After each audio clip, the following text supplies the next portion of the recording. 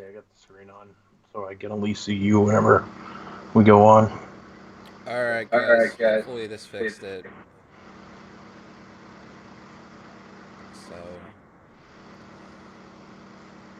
we'll find out in any minute. So, what's up, guys? Welcome to a new episode of Wild and Crazy and the Wicked Crazy Podcast. What's up? What's up, Rob? How you doing? Hey, Well, if you can't see you, they can hear you. I'm on there now. I see myself. It's great. Yeah, I know, right? Yeah, thanks for having me. No problem. It's great to have you. It's finally to take somebody from somebody. I don't know what we did, but it worked. Oh yeah, we ain't touching that anymore. We're gonna stay. We're gonna stay here forever. Oh yeah. Well, my hopes is that I could have Rob on a regular basis once in a while, just because everything he does for the community is well worth it. Um, Yo, Tim, if you do me a huge favor, since we finally got on about an hour late, can you send a tweet out? Just get everybody in here. Hopefully, everybody can come in. But welcome, guys. Normal things we're gonna do. Rob's gonna end up plugging his stuff also. So let's get right to it. Well, I put a poll out there, seeing if everybody wants to talk about SmackDown. SmackDown is out tonight. We are not talking about that debacle. We're not talking about that train wreck. This show was SmackDown. It was horrible. I mean, the only good thing about it is like the women in SmackDown. That's it. Um, so we're gonna start with NXT. So what were your thoughts on the street fight though, Rob? You know, I flip back and forth with NXT, or not flip back and forth. I have both screens going for AEW and also NXT.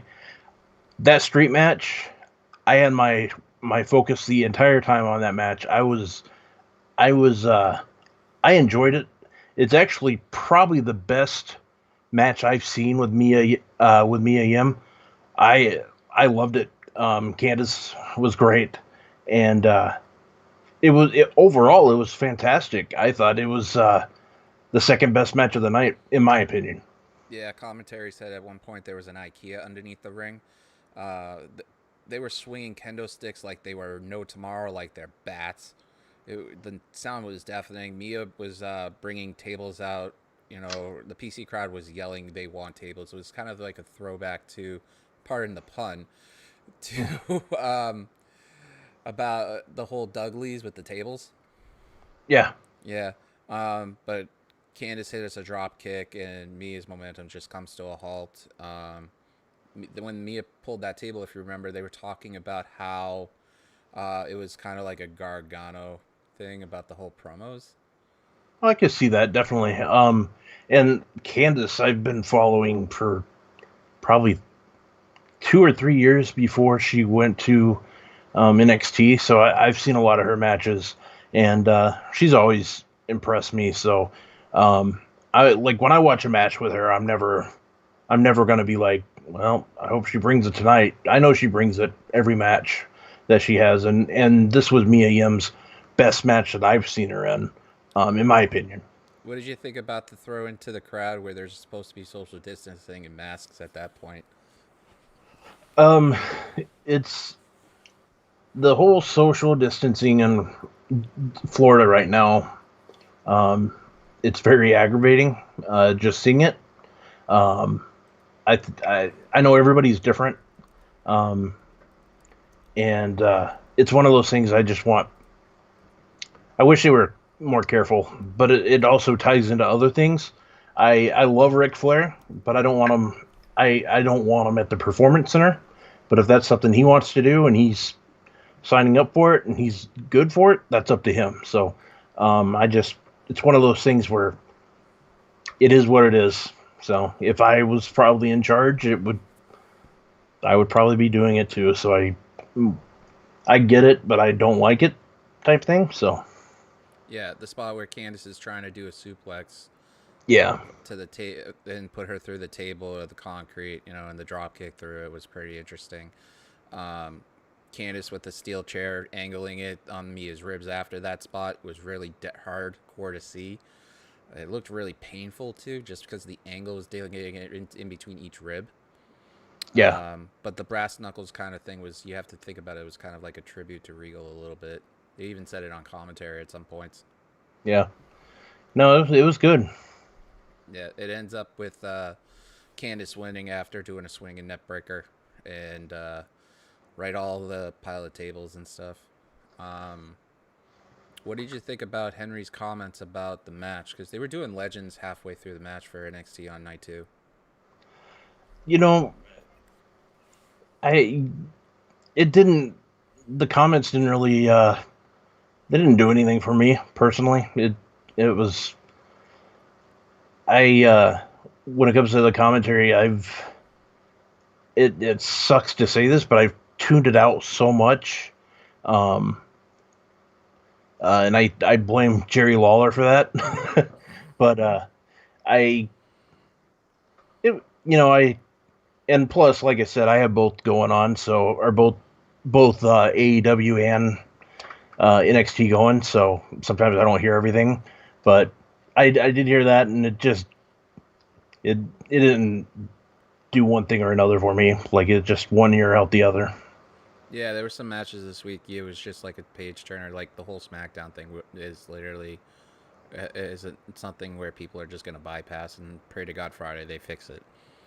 Yeah, Um, but I want to say hi to Tim, Anakin, you know, the the Thursday night Messiah who should become the Tuesday night Messiah. Um, thank you guys for being there. I know it's a little late than usual. Jeff's here. Um, I also want to say thanks to Sean and Warren because they've been patient with both of us over the last few months. So, but I digress. The niece and Reed. Reed is a big boy, and we'll talk about the main event later. But the thing for night 2 of Great American Bash, but I can see them throwing Reed into the mix for the titles just because of the fact that two big, to quote Sean Ross Sapp, two beef son of a bitches freaking in the ring bouncing around like a pinball. That would be fun to see, just to see if Lee and Reed can throw their weight around on each other. It's kind of like the old adage, I think Earthquake back in the 80s, he was throwing his weight around when Yokozuna was around. And they put a match together, I believe. But I'm not 100% sure about that. Um, but Reed is a very big boy compared to Nice. yeah, and you're right. Like the earthquake and Yokozuna are even going with the natural disasters, uh, earthquake and typhoon. Yeah, they're they're big boys like I am, and you know that's something that we don't see as much as we used to. Obviously, there's there's not the big guys like the like your Dick Murdochs and your Stan Hansen. Those the everybody's so in incredible shape now compared to what you see in now. And what I love is that you're starting to see it a little bit more and a little bit more, and I think that's good. You see a lot more aggression out of these guys. They're more hungry than a lot of places are. Sometimes I think the main roster's kind of stagnant because they're there, but these people who are like in the PC are nitty gritty. You know, it's fun to see Reed do the things he does because it's like he looks like a younger version of Keith Lee, but they're not that far from each other age. I mean, Bronson was showing his power off the jump with this match with Nice. A standing armbar by Reed. Nice is using his Mac technician to the fullest. But military press and a senton, dude, I was glad I wasn't in Nice's position to take that bump. Yeah, no, God, I definitely understand that would not be fun. no. They were literally raining haymakers on each other, and at one point, the basement drop kick by Nice making fun of Bronson's weight and how he doesn't have a six pack. But commentary was on point with this because they pointed out that Reed did the bionic elbow, which is a throwback to Dusty, which is really fitting considering the Great American Bash tribute, that name of it. Yeah, Um, but what do you think is next for Reed, considering he just basically squashed Nice in this match. Not a squash match, but he just, yeah, just Person, pretty much personally, destroyed him. sorry. Personally, I'd like to see him feud with Cameron Grimes. I think that would be good, just to kind of build him up some more. Um, if not him, uh, I don't think. Honestly, I think Cameron would be the best for that. Because I don't see Undisputed Era messing with him. I don't think that they're gonna go down necessarily to his level, because you're trying to build him up and you want to protect Undisputed Era. So I don't really know. Like, that's who I would like to see him feud with. But who would you like to see him go with or next? I think Lee would be perfect just because of that. Well, the thing is I don't think he's ready to be in the title picture, unless you're talking maybe if we're talking North American title. But even then, I don't know if he's ready for that per se. But and I got to say something before I forget. I just noticed I've been looking at the wrong camera here and there, so that's on my bad. This is my first time doing this in a long time, so not Don't wrestling worry wise. about it. So But the meme of the whole week, Robert Stone. I mean, and Twitter. All you got to do is say it was well worth it. yeah, the Robert Stone. He has a great first name, but I get a kick out of him. I really do. He's really trying. Like, he does really good social media wise.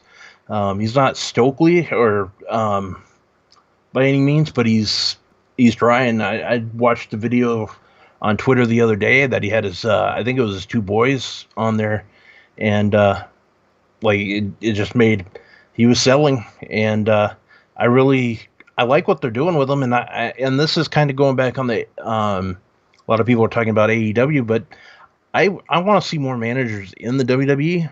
I think I think it would be a good thing. You got Stokely, you got uh, Robert Stone, and then you have in goodness Vega, Selena, in WWE, and then MVP is doing both. He's wrestling. I like it. I want to see more. Um, but yeah, Robert Stone, he's doing good, and I actually kind of thought that we would see just a part of me, not fully. I actually thought we might see Rhea Ripley join him. Um, I just had a little bit of a like what if type thing. Yeah, the 1% kind of deal. Yeah. But you're right. There should be more managers, and there's really less and less. I mean, if you want to call Heyman a manager, that's close to it. Oh yeah. But Yeah. but the one of the matches I liked was Scott versus Gargano. There was a lot of mat wrestling. There was a lot of down and dirty stuff. Gargano's basically taking it to old school, screaming that it's his house. It's pretty much the best, other than night one with Oni and Thornton, Thatcher. Sorry, they literally this is like the best match of the night on night two. They used every inch of their bodies, every torque of it. Gargano was trying to do a final attempt on the final DDT on there, but Scott catches him once. The PCs was fully behind him, and Scott was working on the body for a little while.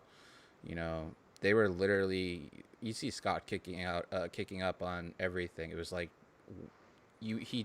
Gargano threw a punch and literally he matrixed it and kicked back up and stuff. Scott hits the STF as Gargano has him. Is actually he was in the STF and Gargano had him in it, and he got out of it. But Gargano wins regardless. With the final beat DDT. So, what do you think is next for Swerve Scott? For Swerve, man, that's a good question. He's so good, and I could see him. I don't necessarily. I could see him going against. Well, because I don't know how long they're going to keep the cruiserweight with Drake going. But I would like to see him go after that belt. Like I think he'd have a good feud. Um, but like other than that, just thinking off the top of my head, I don't really know who I'd want him to face. It's one of those guys. He's one of those guys where I just say put him in a ring and let him wrestle whoever, because he's gonna give you a hell of a match. I don't think he belongs in the cruiserweight division at all now. After being with Gargano, That's true he's too. a little taller than Gargano. Yeah, I, that's a good point. I didn't really think of that. Like, because Johnny Gargano, he's he's he's one of my favorites to watch, and I mean that's a lot of people love Johnny watching him wrestle, um, but he's so unbelievable that I actually don't know what I want him to do next either. So that's what's so great about NXT is sometimes you just don't know who they're going to have feud with each other. I like that night Karrion Kross came out and Adam Cole was basically just looking at him like, oh crap, and everybody thought that okay, well Adam Cole's going to beat Keith Lee, and then he's going to go to Karrion Kross. Well, Keith Lee won, and now looks like Karrion Kross might be going to Keith Lee. So that's what I love about NXT. You really don't know at all. I mean, if anything, I think Scott should possibly go in that three-way segment that Gargano did later on and talked about how he has to fit. He wants Finn. Why not put Scott in there and have Scott say he has unfinished business and have all three of them dance at a takeover? Yeah, That would be one insane match. All really physical guys, all are hungry, you know. But yeah. after Cross, Well, let's see what happens because you never I know. They might throw Finn in the mix. yeah, and Finn is my favorite to watch in pretty much all of wrestling. And I honestly think he is. I I get the sense that Finn is not really caring for what's going on. Like I don't think he doesn't seem the same to me. And I hope that changes. I hope he gets um he I don't know. It just doesn't seem like the old Finn. It just seems like I just want I want the demon back. I So I if I like this Finn. Don't get me wrong. I like Demon Finn in NXT and stuff like that. Not the Demon that was on main roster. I like the Finn now. He yeah, seems more grittier, more edgier. Honestly, he doesn't give a full let of crap or a little bit of shiznit. I mean, you know, And it works for him right now. It compared to being floundered on and stuck with the IC title on the main roster after a while, it basically gives him more edge. And plus, with all this influx of talent, he wanted to go back there, and he even stated on NXT a couple of weeks ago he wants the North American title. That's the only title that he's not win other than, I think the US title and the WWE Championship. So if you're going across the board. yeah, and that's a better point than I made, and maybe it's just maybe I'm getting that feeling because it just doesn't feel like I get to see him as much wrestle. It seems like he's only to me. It seems like he's only on 2 Smackdowns a month. I mean, granted, there's only 4, but it doesn't seem like he's on there. And I know they gotta get other people like on there, but I mean, put him in the ring. He's one of the reasons a lot of people tune in to NXT, and I think he should. That's just me. That's just how I feel. I want to see him more. But Yeah. I do like the gritty part, and back when he first came back to NXT and he kicked Gargano, I loved it, but I didn't really know what was going on. I mean, it was Finn joining Undisputed Era at that time. Nobody really knew. But I do love the gritty Finn Balor, and I hope that, I really hope I'm wrong. I really hope that he's enjoying himself. And like I said, he's one of my favorites to watch. So anytime that he's on, I'm focused on his match. I've followed his career for years now. Even we're talking like right when he joined New Japan, um, and when that's basically what it comes down to is just give me more Finn. You want more Finn, and everybody else wants more stuff. Oh man. So the promo with Io is really good. Tegan said she's tired of being called the comeback kid. I mean, who could blame her? That's everybody else's keeps calling her. But we got a match next week. That championship match is going to happen. I really think they should hold off on that just to put it towards a takeover for a little bit, because they've been doing a lot of TV matches in the Performance Center where, obviously with nobody around, but this would be a headlining takeover match, for sure. And even if you had to throw a person in, you could probably put Dakota into the mix. So, but that should be interesting, and that will be something to talk about tomorrow. But speaking of the women, the squash match with Martinez, one of the things I thought of watching this, and I don't know about you, is put both her and Baszler in the fight pit. Jesus, yeah, that would be a hell of a battle, and it would be interesting, but I'm kind of curious to see what they do with her. Yeah, and then she wins with a fisherman's buster, like literally. When I saw that, the first thing I saw before she started the fisherman suplex was like, if you put that up on the ring on the buckle, that's Joe's knuckle buster or something like that. Yeah.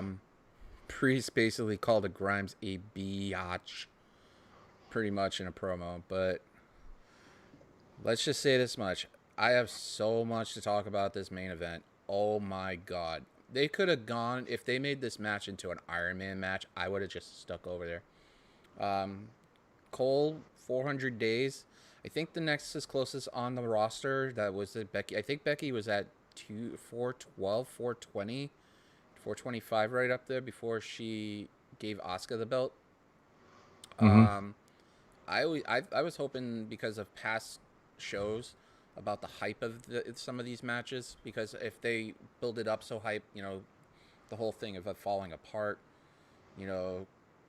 Cole's taking advantage early, he's talking trash and stuff, they're talking about Keith Lee's trainer, how he passed away and stuff, which is really touching. But Lee, big boy right there, literally took control right off the bat. Cole got a lot of bicycle kicks. It looked like mostly it wasn't him using his upper body for arms and punches and stuff. It most likely was his kicks, and which was really interesting, just because of the fact that, it almost seemed like he was more wanting to use his legs rather than use his hands. Yeah, it's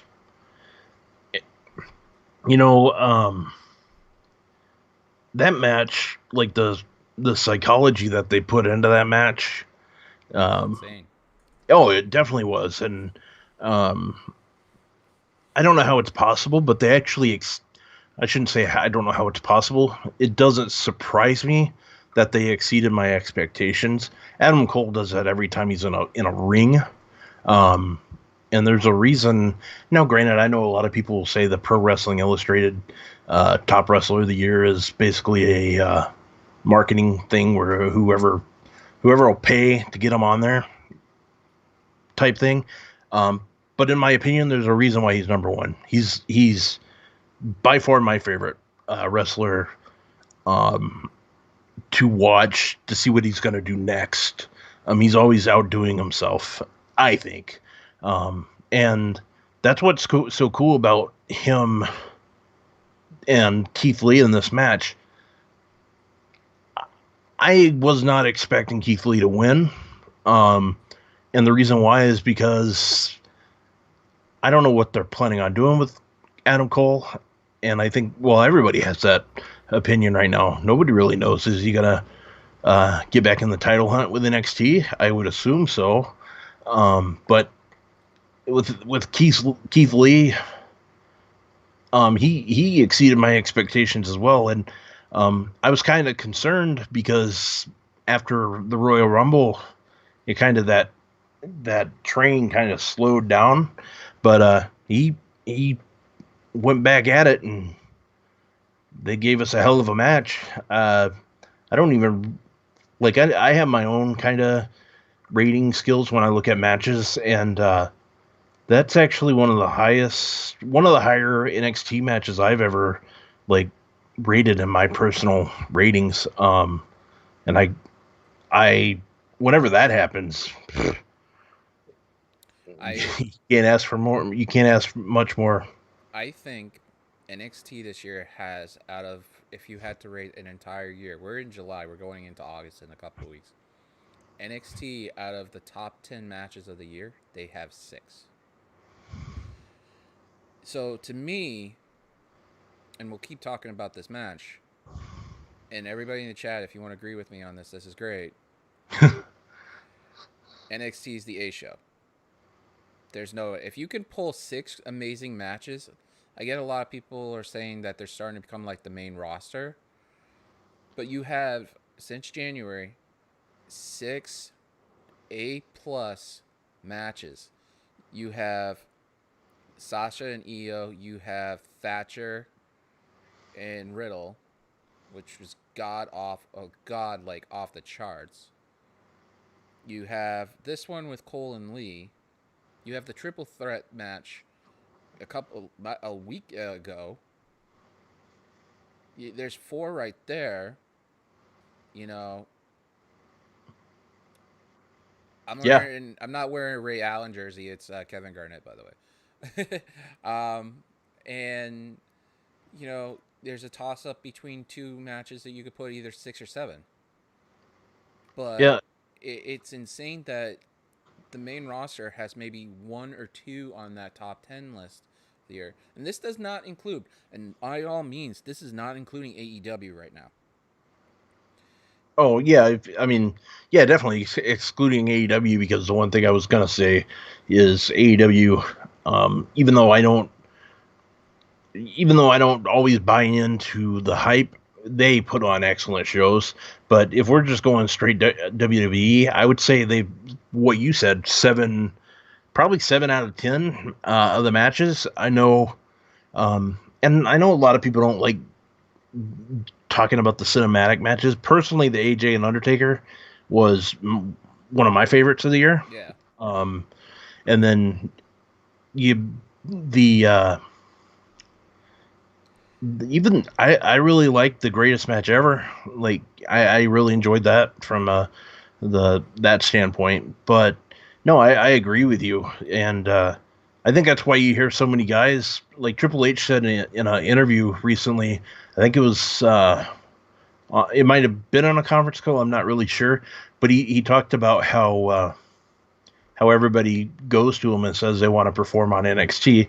Now, granted, I know that Triple H isn't one of the more trusted people like he used to be, like when it comes to wrestling media, but I could see why people want to be in an NXT ring for sure.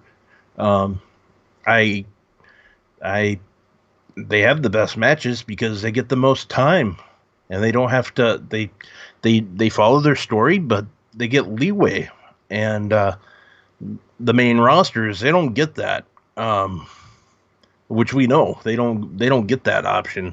Yeah. The matches are longer in NXT. Even if you throw AEW and all this stuff, it would be like a top 20 thing of a year, and I could probably guarantee like NXT will have 6 of those matches out of the 20. The top, Oh, just in the top 10 in general. I would say they. I would By say the they. way, I have not seen Uncut Gems yet. I own it. I just haven't had time to see it, but I plan to. But yeah, sorry about that. But the other thing also, the combination where, Cole goes for the last shot Commentary is completely shocked because Lee kicks out. I'm in the Yeah. point where being an anime fan too, as a wrestling fan, I'm liking the fact that they're using anime terms for finishers right now. If you notice, um, No, I Lee. don't see.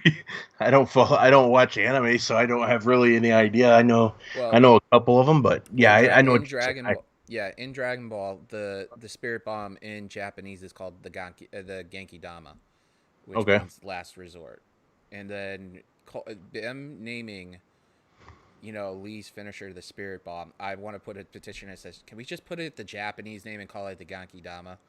That just sounds so different than just, oh, it's just the Spirit Bomb. No, say Genki Dama. It sounds like freaking interesting to me. See, the Um, problem with that is I'll say things like Donkey Gama. yeah. Yeah, and Well, I'm already an ass. So so what do you think about Miro calling Lee the Vince Carter moniker? Vince Carter used to be called the Half Man, Half Amazing. Now Miro says that he wants to call him that. But I love that. Lee loves the struggle suplex. Literally, Cole is dangling by his feet. He tried getting that moonsault off one time. Cole stopped that, but he got it off anyways the second time. Um, but damn, the Panama Sunrise with Lee, that was a holy shiznit moment. Um, but multiple super kicks. Cole gets a pin 2 count. They were trying to set up another Panama Sunrise, and there you go. Spirit Bomb, Big Bang, another Dragon Ball reference, catastrophe. Lee gets the win, and the Limitless era has started. So, what do you think of the Limitless era starting out? I'm all for it. I really am. Yeah. The thing is the first time I got to see Keith Lee wrestle, I was watching Evolve, and I think it was through their website, and I watched him, and I was taken aback. I was just like, man, this guy has this guy has it. I liked it. He has that mean, like, in a way, if you look at it, he kind of has that Incredible Hulk type look, like even when he'll rise up, like he just has that face that just looks powerful, and I love him. I was born not too far from where he grew up, so I think that's one of the other reasons why I like him so much. But I'm just excited to see what he does. I know a lot of people they love him. They from behind the scenes, just from the things I've read, he's a really good guy, and you can't help but not want to root for somebody like that. You could actually see it a lot of times because a lot of the stories you find just before WWE, he was doing great things. He did stuff with Wrestle Talk for a little bit, doing an intro for them and stuff. It was really nice of them Yeah. for him to do that. Plus, you get a dynamic package with him and Mia, that never fails. I think Evan just basically was just in shock that you're here. That look at that little handsome devil over there in the corner, right there. um, but all I have to say is right afterwards, this match was about 25 minutes. Literally, it's probably the top 5 matches so far from July on. And I hate to say it, NXT, if like I said, AEW exclusive, it probably has all 5 of them. And I'm sorry if that sounds right, but No, I all would. I gotta say is after that, tick tock, Lee's on the clock. Oh, that's good. No, like as far as your like top matches, yeah, there's a lot you're missing for. Like if you go just on the WWE scale, you're right there. I would completely agree with you. Overall, it yeah, I would actually say they probably have a WWE or NXT rather. I would probably say has 6 or 7, maybe 8 of the top 20 matches between the two companies. So that's good. I mean, that's real good. And DMG said basically NXT needs to continue to deliver big stuff to get and stay ahead of AEW. I If they keep pulling more takeovers like these, these type of matches, which it seems like they're going to tomorrow. Um, their sky's the oyster, and they can hold all the cards. The problem with that is that I think, it's a little different than what people seem. They've got so much talent in there, and the wealth of it is so immense that I think maybe, God, don't get mad for me. Maybe they should just do another show, kind of like AEW Dark, or how they used to have. They could always bring back Saturday Night Heat, but make it NXT Night Heat. Something. They're bringing old monikers, guys. What do you think? NXT Saturday Night Heat. But I think just to show the under talent that they have and stuff, just to get that going. But God, I mean, if you go overall, Thatcher and Riddle, jeez, yeah, to me that just seems like, other than the Boneyard match, WWE has pretty much close to 1 and 2 overall, but this is still early. Oh yeah. Just mind you, we're only in July, so this could just be really early, just speculation on this stuff.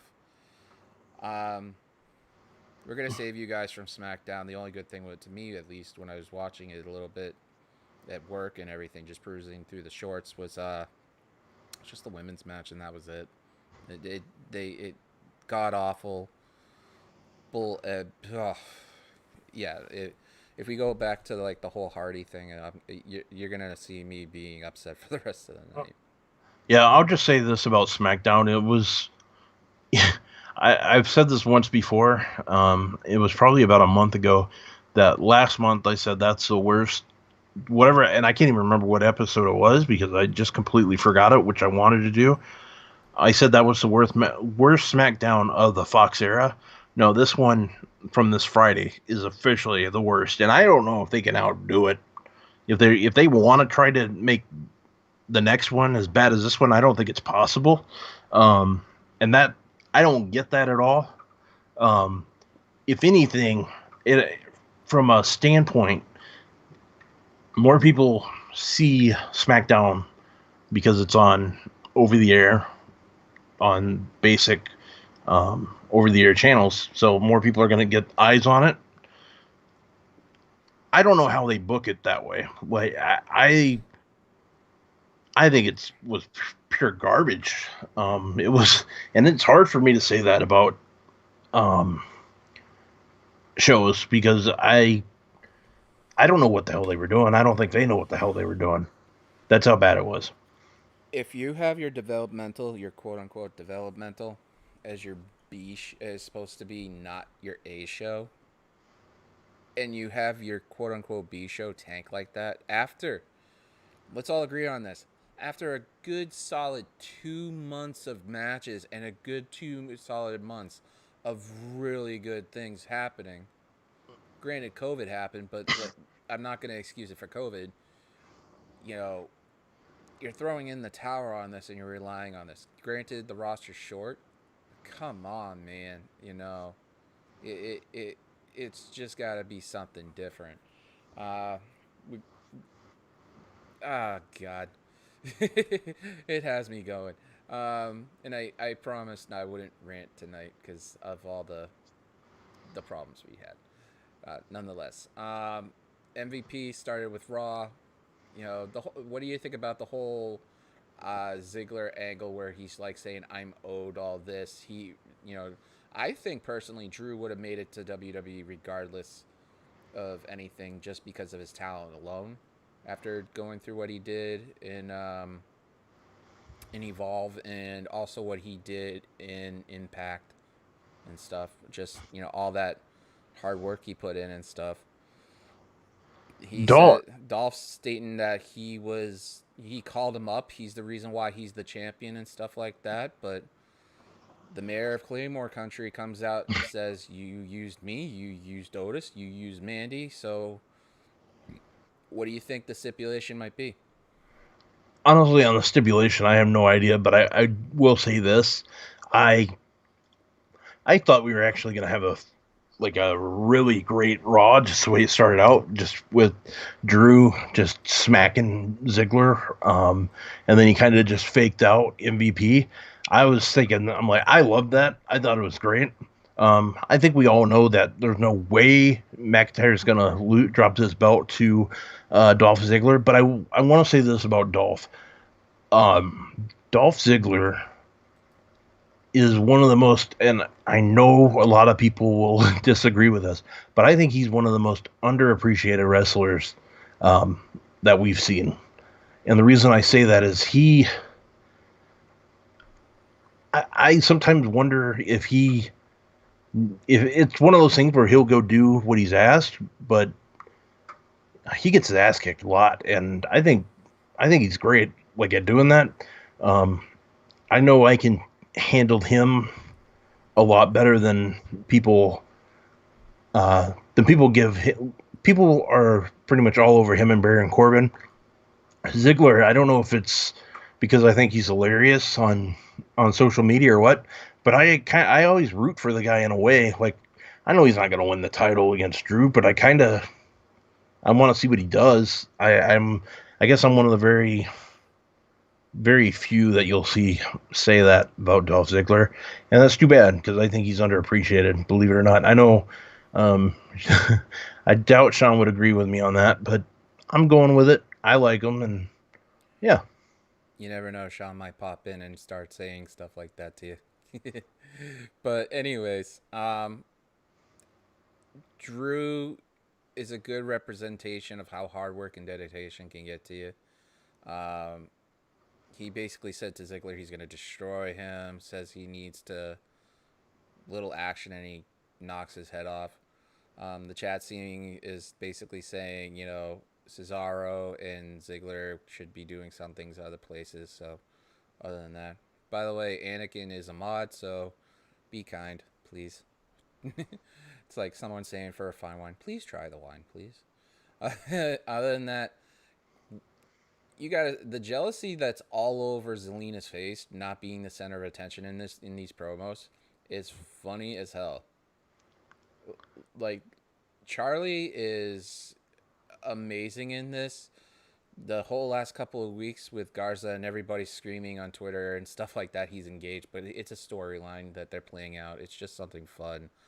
Um, Well, you the know, one thing I want to say about that is that actually was a great segment, and I'll say this because you've probably heard that the camera adds 10 pounds, and I literally only have one camera on me, so that's a lie.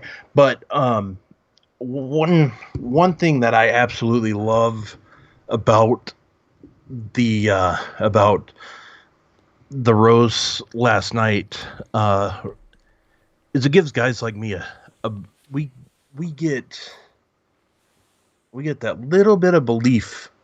I mean, guys like Otis with Mandy, and last night you had God, I already forgot his name, but Ivar. yeah, thank you, with Charlie. Yeah. It reminds me of Dumb and Dumber. So you're telling me I got a chance? I don't have a chance at all, but it gives me that little bit of No, belief. no, it's not. This movie I know of is not because of it. But I don't know if anybody in the chat's seen it. You guys could say yes. Hit Y if you have. She's out of the league. You know the girl from Oh yeah, yeah, Alicia Elsie. yeah. That it almost reminds me of that instance. So Yeah. it's interesting to see how things play out.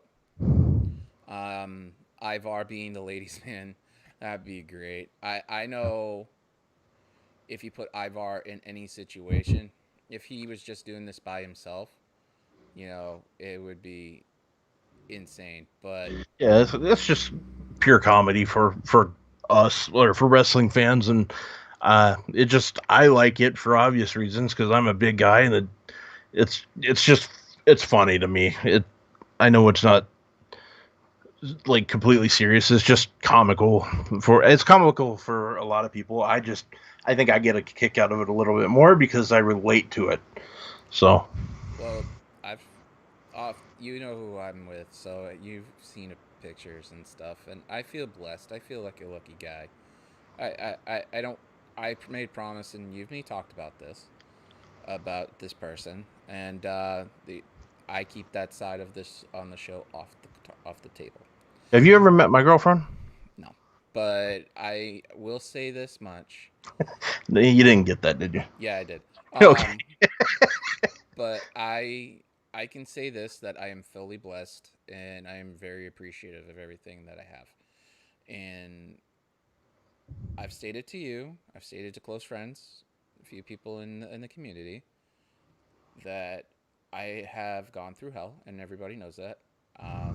And that's the best part. You know, you find certain things like this that make you realize, wow, how great I am. I mean, the elimination tag match itself, since we're getting back into the swing of things, is really good. You know, it's fast paced. You know, it's real quick. In the short end of it, you know, Eric gets eliminated. You know, with the hammer DDT lock.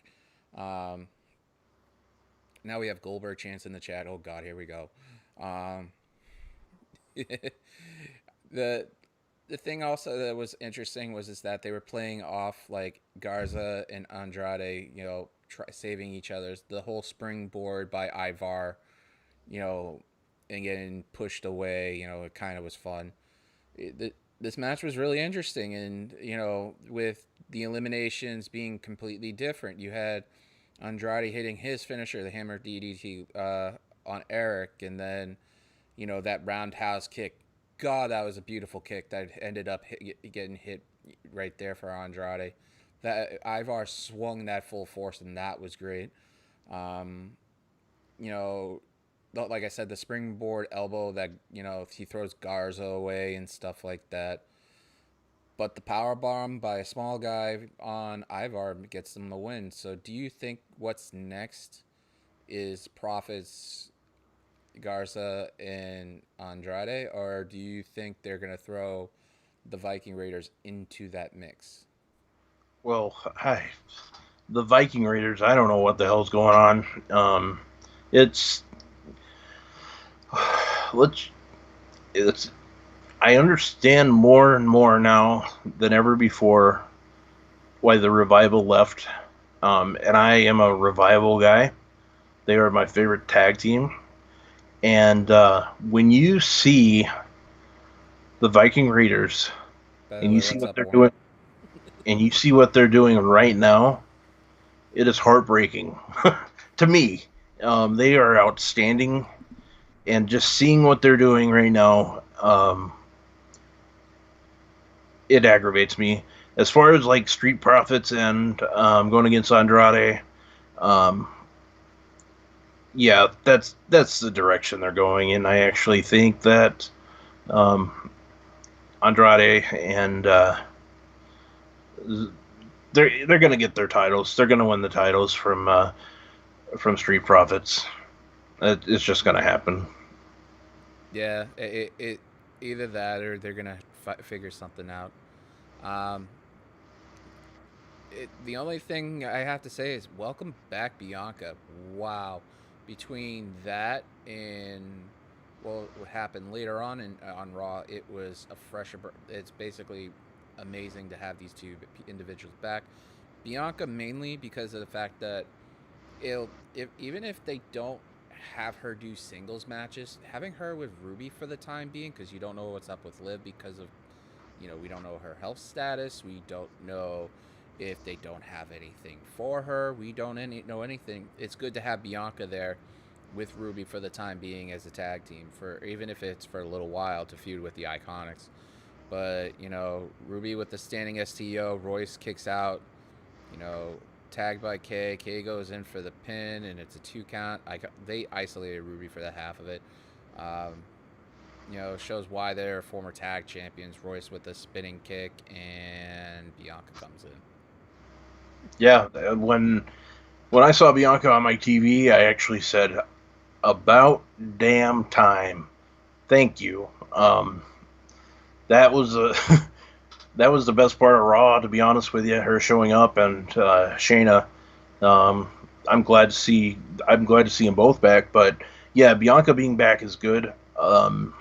I don't know how long they're going to have her team with Ruby.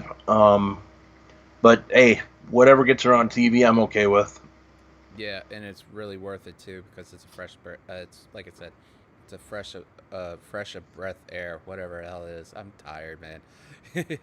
um, but the KOD for the win, man, and then that's the first win since February, according to last night for the Raw review for Ruby Riott. Um, this is something that could be special too. So I'm not gonna go in through this whole promo thing with Truth, Cedric, and Ricochet, and Tozawa and stuff. But I wanted to make you laugh a little bit, and the chat might agree with this. Is that what did you think of the Karate Kid reference? It wasn't talked about though. Ricochet and the crane kick. If you Yeah. remember the Karate Kid, it was literally to me. I was like, wow, he really went there.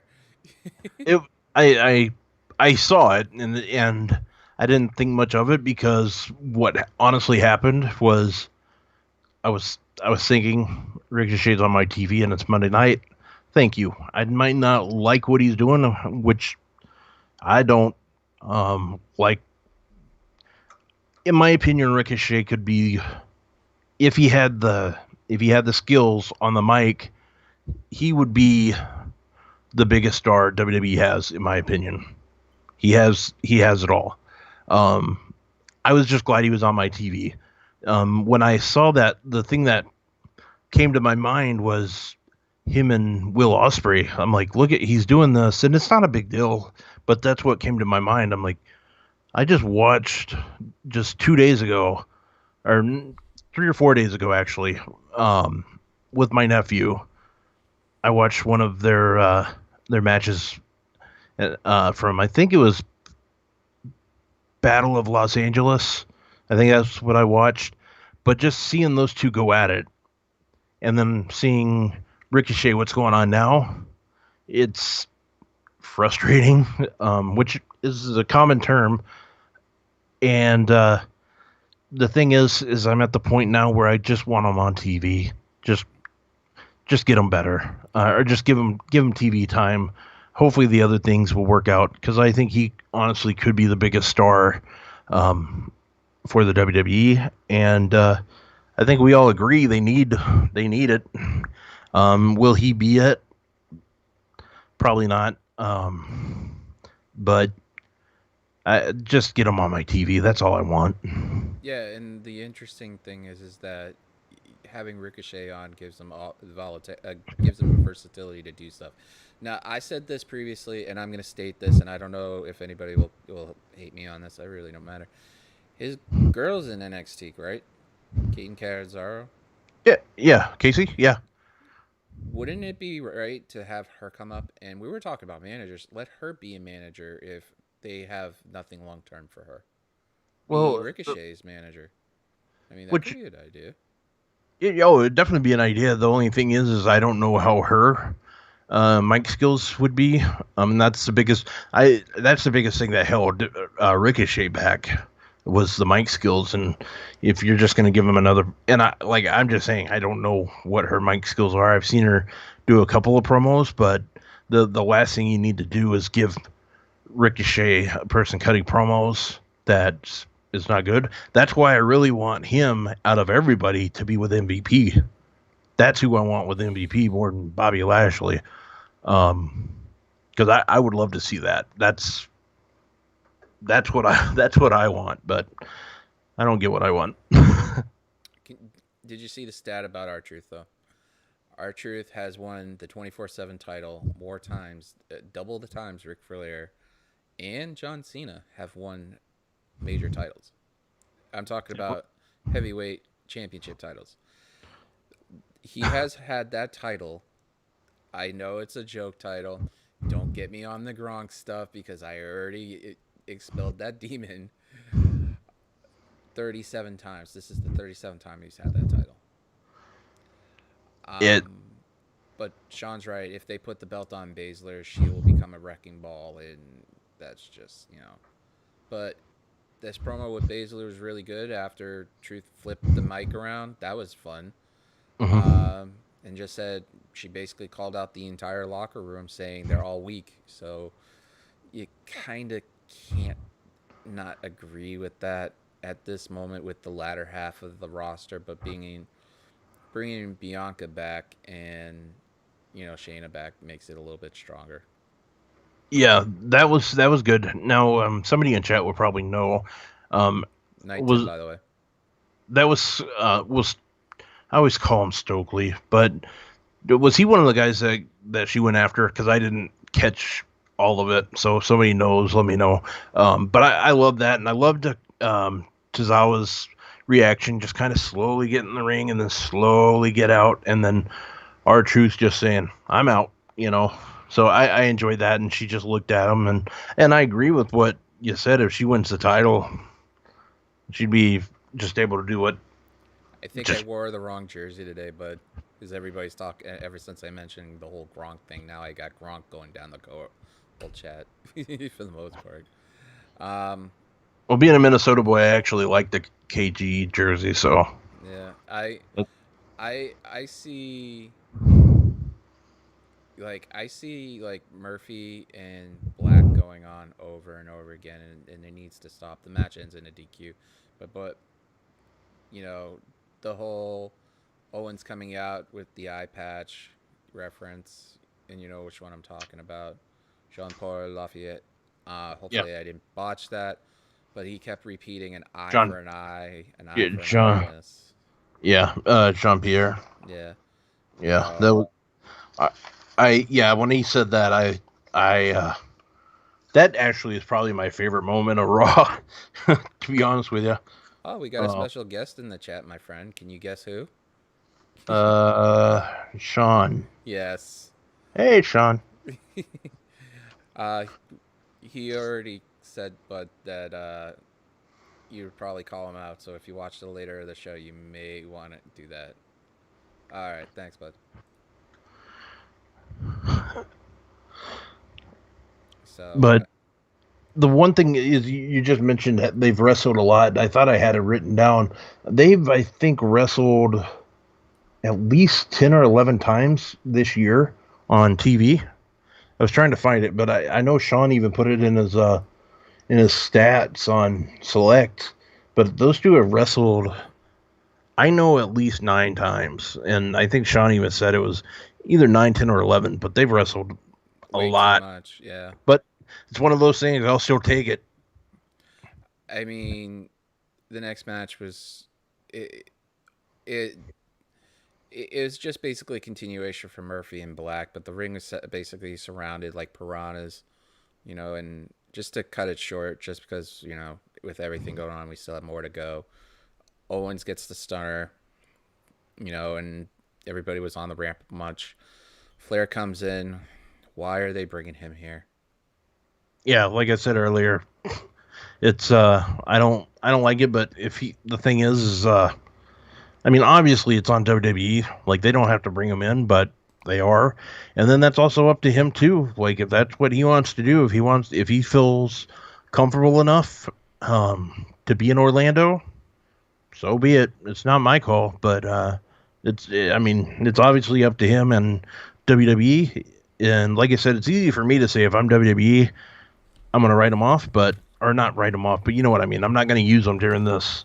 Um, but it's one of those things. I mean, if he's gonna do it, let him do it.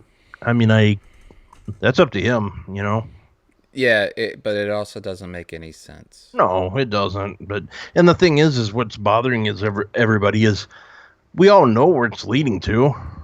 It's gonna lead to him taking a spot with Orton. Orton's gonna what, Or the worst of the punt him worst or possible is that he ends up getting something that nobody wants right now. yeah. Oh yeah, absolutely. And and that's the thing. I I I pray that I pray that nobody gets that awful illness. But um, yeah, I just think we all know where it's headed. He's gonna get Orton's gonna do something to him.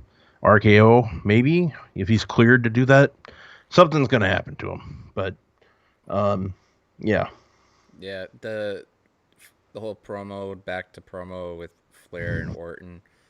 Um, basically Flair stating that show should go back, and all that stuff. Randy saying that he was friends with Edge and Christian, and Show and Flair, and talks about how he respects truth and everything. Yeah. Um, you know, other than that, the MVP match was kind of just it just was there. The Kabuki Warriors versus Sasha Bailey was really good from what I could get. Those guys can go, so I don't have to worry about recapping that because obviously, Sasha and Bailey won. But we got Sunday coming up, and we'll get to that too, because we just passed 1 hour after all the debacle problems we had today. Yeah. So why don't we just get to this straight up? What is your one moment? And I want the chat to part this because this is important because I put you guys in power today this week for whether you guessed and stuff, and I got 50-50. I got WWE'd. How is that possible? Thank you. What is your one moment for the women's revolution? And I know people are posting stuff like that because yesterday was 5 years and stuff like that. But what's the one moment for you that turned around?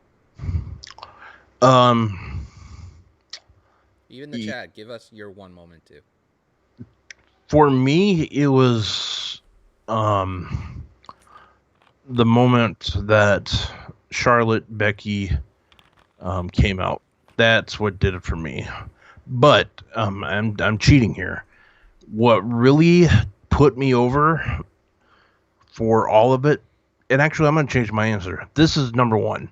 Bailey versus Sasha at NXT TakeOver is what got me. That's what got me. That's when I knew that, all right, here we go.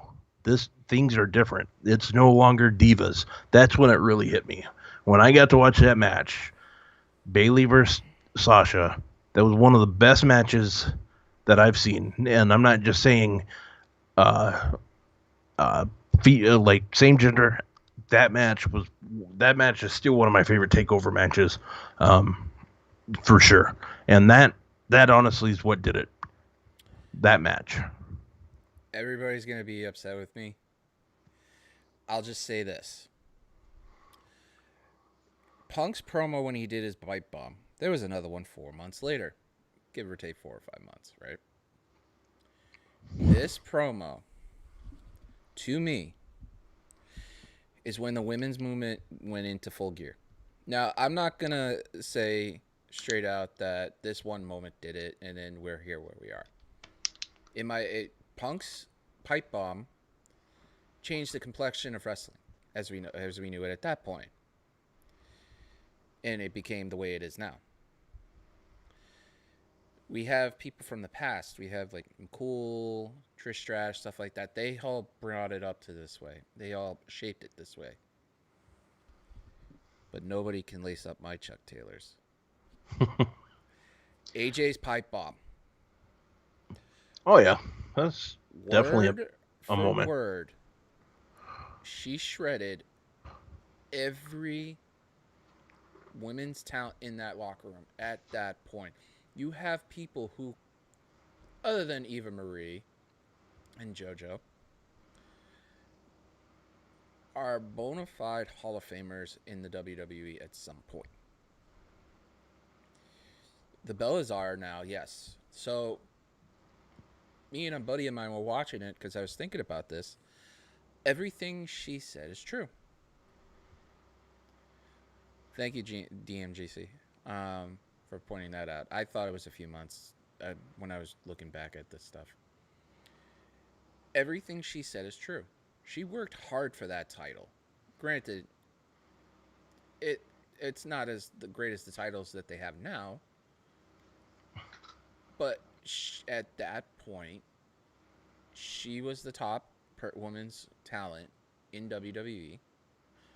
She was the one where people were paying attention to because she was speaking her mind. A commentary said she was just jealous because she was on a TV show.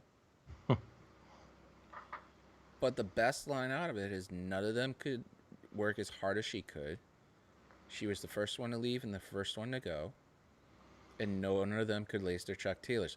Now, my friend who I know asked me this question is why none of them went up there? Why not any of them went up to smack her? But all those points are valid. They had the same effect as punks. Like I wouldn't say the same effect.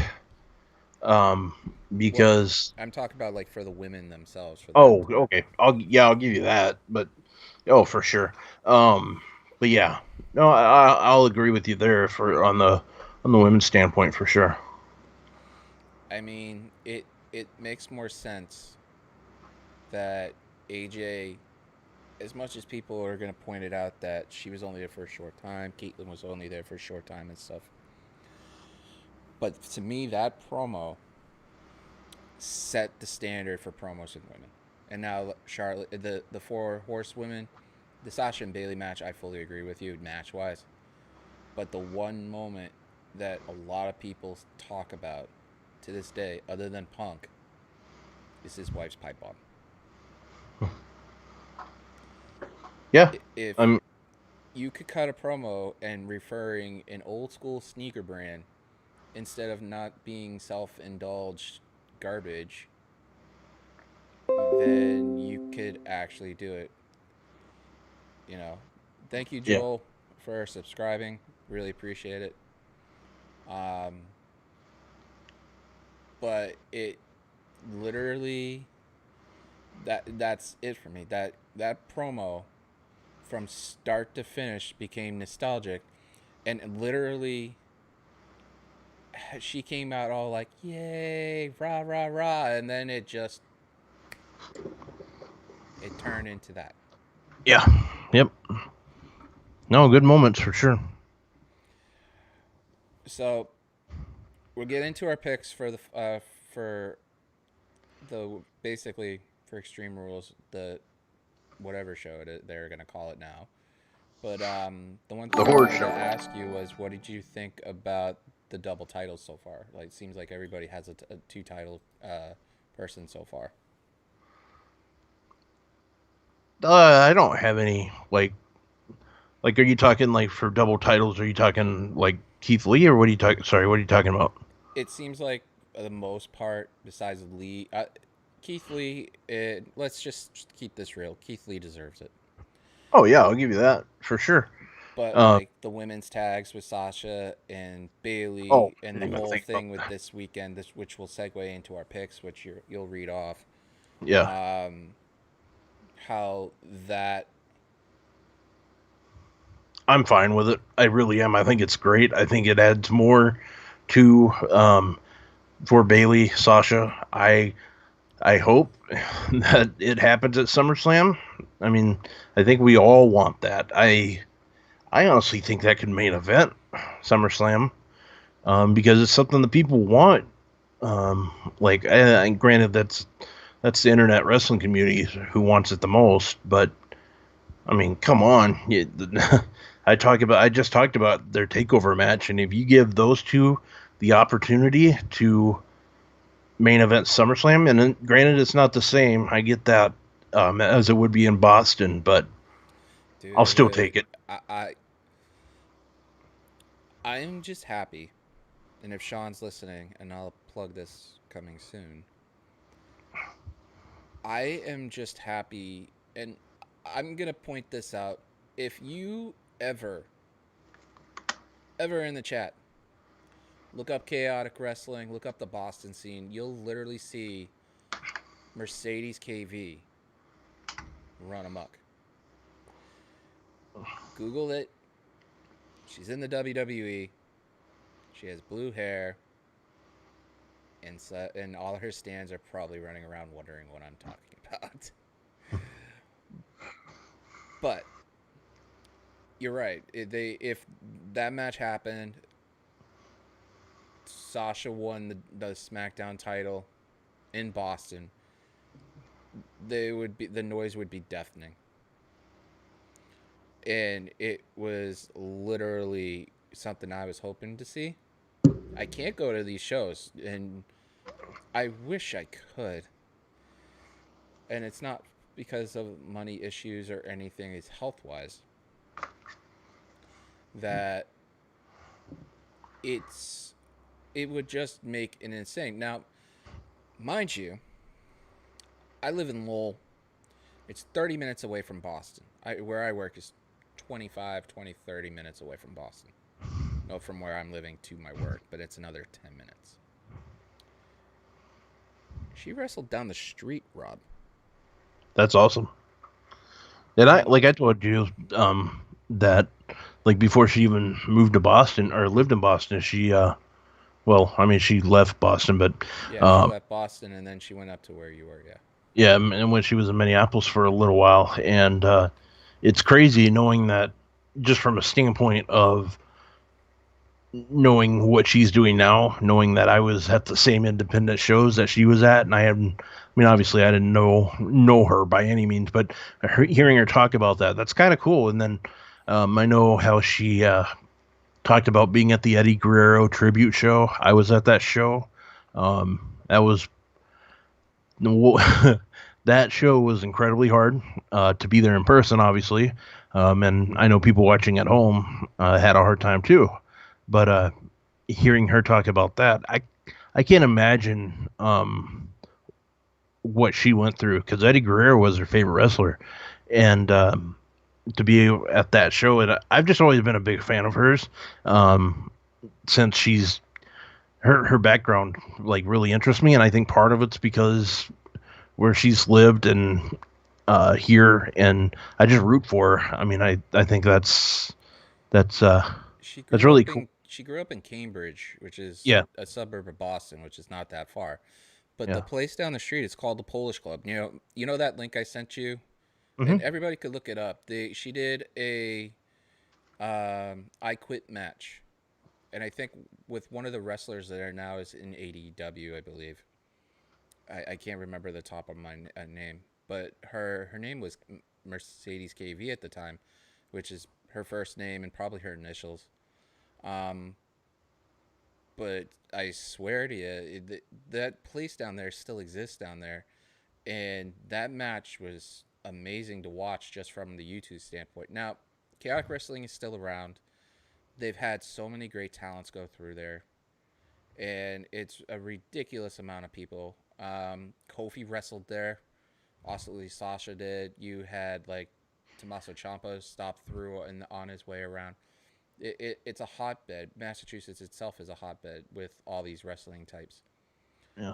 I wouldn't mind if I had the opportunity, and I don't know if this is possible, and I wanted to ask Sean this, if he ever got the chance to talk to Kofi again, what he thought of his time in Chaotic, and did anything he learned from Chaotic transfer to where he is now. I know for a fact that his family still lives in Winchester, which is not far. Nice.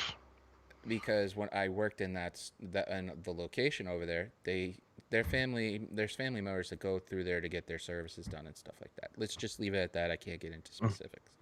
Yeah, nice. But it'd be nice to know how much of an impact that made on him. Oh yeah, it would be cool to know, for sure, just knowing his background and stuff. But let's go ahead and break down the pay-per-view coming up.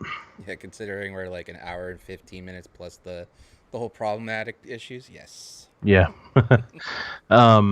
So I'm not going to go in really any order, but United States Championship match, Apollo Crews versus MVP. Apollo. Who you got? Apollo. They have to keep Apollo with the strap for a while. Yep, I can see that happening. Unless you see like Cedric or Ricochet cost them the title and it gets the MVP, and they start their little. If they start a stable, that'd be a good way to do it. I think it's going to be SummerSlam, Ricochet and Apollo, two athletic guys going at it. Oh, that'd be awesome. I'll take that. Eye for an eye. Nobody really knows what the hell this is going to be, but what do you got? Who you got? Seth, Ray's going to AEW. You think Ray's going to AEW? Yeah, because Ray's contract is already gone.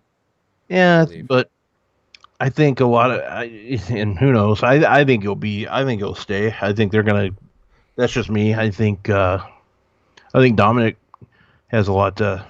I think he's doing it for Dominic. I think I, that Dominic's is actually gonna get through the PC, and it would be funny to see Simone Johnson and him being in like a stable in NXT with each other, just so you could just harp on them for a little bit. yeah.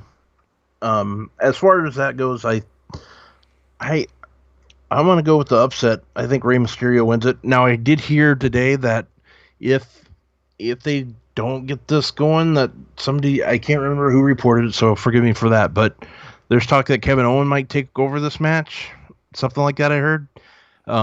If that happens, I don't know what the hell happened. I don't If know. if Owens takes over, then I'm gonna say it now.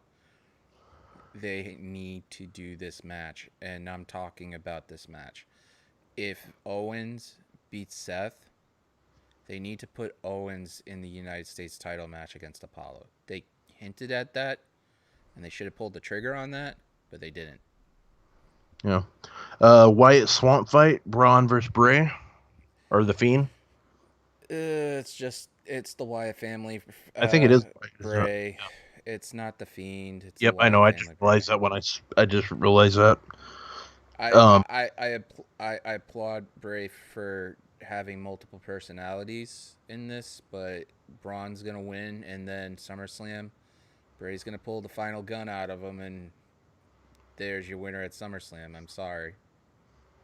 The okay. chat can even. I want to even do this while we're running this down. You guys in the chat, put your 2 cents in also. All right. I think we this one we'll definitely agree on. Bailey versus Nikki Cross for the SmackDown Women's Championship. I think we Bailey. both got Bailey. Yeah. That one for obvious reasons. We've talked about it a lot. Raw Women's Championship. Asuka versus Sasha Banks. It's a toss up, and I'll say this where it isn't because of this.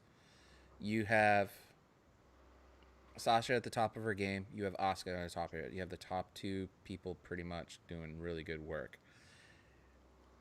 If they put it on Sasha, it's gonna be interesting to see how they pull this match at SummerSlam. Now, if they don't, you already have a built-in match already set up from Raw Talk that people keep talking about how it would be Asuka and Kyrie. Yeah. Those would be amazing matches. You have to find a balance now that you lost two of your top tier women and you need to build stuff up. So I mean, if they give Sasha the belt and they have all of them until SummerSlam, and then you know they want to go after Io's title, and they argue about it, and one of them decides to drop one of the titles, that would be interesting. I know Sean talked about last night on the review for Raw for on Fightful's channel that it would be interesting to see Bailey not keep the weight of it, that the stress of it was too much. But I would like to see both of them have a title and both of them break and realize in order for them to have all the titles in the company, there's one title they don't have, and they have to fight over which one to get it, which Yeah. makes them lose the tag titles. I could see that. Yeah. And the last one that I have, which I think we'll agree on again, is for the WWE Championship. Drew McIntyre versus Dolph Ziggler. It's Drew. It's Oh yeah. Drew. It's damn Drew. Yep, it's true.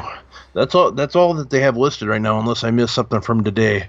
Um, I wouldn't be surprised if they add a few more. I mean, it oh is yeah, Tuesday, so I could see him adding. I could probably see him adding the Intercontinental Champ, depending on how. well, we'll throw that in there. I think Riddle's gonna win the title. I could see that. It, I'm an AJ guy, so but either way, I could see it's that happening. it's funny because I got so bored and I said this on the show. I counted how many times he said "bro," and it was 12 times. Bro. Yeah, like 12 times. Well, anyways, guys, I appreciate you guys staying up with us. My time it's 10:37. I bet Rob's is about 9:37. Lucky ass. One thing before you let me go, I just want to say thanks for letting me be on here. I also want to apologize for everybody when I was looking at the wrong camera on my computer that was not working. So that'll be interesting for me. But I do appreciate you giving me the opportunity to be on here, buddy. Gotta show that handsome face sometime. I'm gonna quote a Yeah. line from Bean thing. Show that beautiful Bean footage. Anyways, I appreciate you guys. Hopefully, actually, Anakin did put something up there. So why don't we talk about that quick before we roll out of here? What do you think of the possibility of New Day and Cesaro? Oh, I could see that. Cesaro and Nakamura. Yeah. Um, I think it's time to put. Well, I call them the art. I don't know what they call them, but I think I call them the artists. Um, put the titles on them and give New Day a break till Xavier gets back. They've been going hard for a while. yeah, Um, I'd be okay with that. The thing that I notice about all these matches is I love watching the best wrestlers go, and when you have Shinsuke, Cesaro, Xavier, Biggie in a ring, I'll watch it anytime. So I'll be happy if they can add that match for sure. And I'd be happy. I'd probably be happy with anything that happens in that match. I'm fine if New Day has the titles. I think it'd be cool if Shinsuke and Cesaro win it too. I like that's one of those matches I just want to see because all four of the guys in the match are great. I So I wouldn't mind seeing Cesaro and Shinsuke actually getting the belts for a while. Give them a little bit of a run. yeah, But they're talking about pizza now, and it's literally almost 11 o'clock here. yep, they're Uh, gonna go dip it in ranch probably, aren't they? oh yeah, they're already talking Uh, about it. It's going right up and down. But if you want to know something funny, just to let you know, I used to work for a pizza shop, and one of the things they would do is a barbecue pizza, but they would have the option whether you just wanted barbecue sauce with ranch on top or without, hmm, and they would cook it in the oven with it. nice. Yeah. Well, All right, man. anyways, so you guys can find Rob at basically you can tell him where you can find him. Go ahead, Rob. Yeah, Do your thing, man. you can follow me on Twitter at Rob Wilkins, Wilkins. Other than that, I help with Kyler. I help run the Facebook group, and I just recently started helping him with Fightful on the Fightful Wrestle Twitter account and also the MMA account. So I just started doing that with Fightful.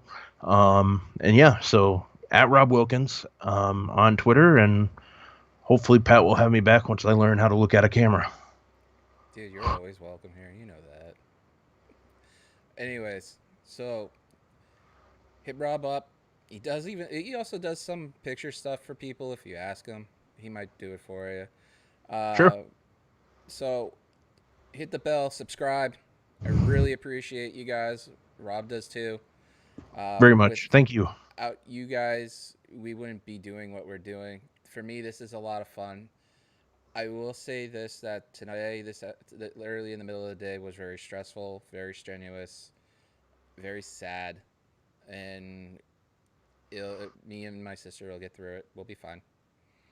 Um, it's a little different having to drive through and not turn into a driveway rather than not. I've already showed one picture of the place. I do get to keep the numbers, by the way, so that's a good thing. Yeah, Uh, awesome. but hit the bell, subscribe, beat that bell up. Everybody, pass the word around. You know, if you want to post, tweet, whatever, you can hit me up. It's Throwback978 on, Twitter. Subscribe, like everybody has been doing. I really appreciate it. Go to Fightful.com, become a select member on Patreon. It's well worth it. Go to Fightful.com for all your news and stuff like that. Um, Hit up Mr. Warren Hayes. He does his show on Thursday nights. It's at Mr. Warren Hayes on Twitter. Descriptions below. There's going to be a few things coming on, a few changes on the description soon. Also, the week's kind of changed out. Last night he was with Denise. Um, Louis out of the chair. Carlos is in there tomorrow with Alex and Warren. Jeremy's in the chair for Fightful on Friday with Sean. And then you got Rob all happy about Slammiversary. You know what I might do, depending on how my schedule is, bud? I might Yeah. end up having you just come on and just do Slammiversary and just talking about it and let me hear it for a change. All Because right. for me, it's kind of hard to find, uh, Impact Wrestling on certain channels, especially up here in Boston, in the Yeah, I'm Boston pumped. area. I'm actually pumped for it. So, and it's good to say that about Impact. I mean, I know we're trying to wrap up, but I am actually very pumped up. I think it's because I want to see who shows up and just kind of want to see what they got going on. Eventually, my plan is to give you guys a round table. And what that's going to end up entail eventually is going to have me and Rob and two other people. We'll see if that can happen. From what I've been told, it's very difficult. Yeah. But if it has to be taped, we'll tape it and we'll see how it goes. But eventually, I want to get one done. Also, we got a goal coming up for November. It's on my mom's birthday. I am literally at 710 Twitter followers. How many are you, Rob? Have you checked recently? I think 880. Okay. If you like what you guys see, I need 1,000 Twitter followers, and by November, we're probably around, I think 130 right now, whereas compared to when I started the show, which was at 9. Let's try to get 1,000 people subscribed and stuff. And if not, if it's close, then that's great. It would mean a lot to me because, especially, it's my mom's birthday. It would have been her 69th, and next year she would have been 70. Now, keep doing what you guys doing. Got nothing but love for you. Do a good deed.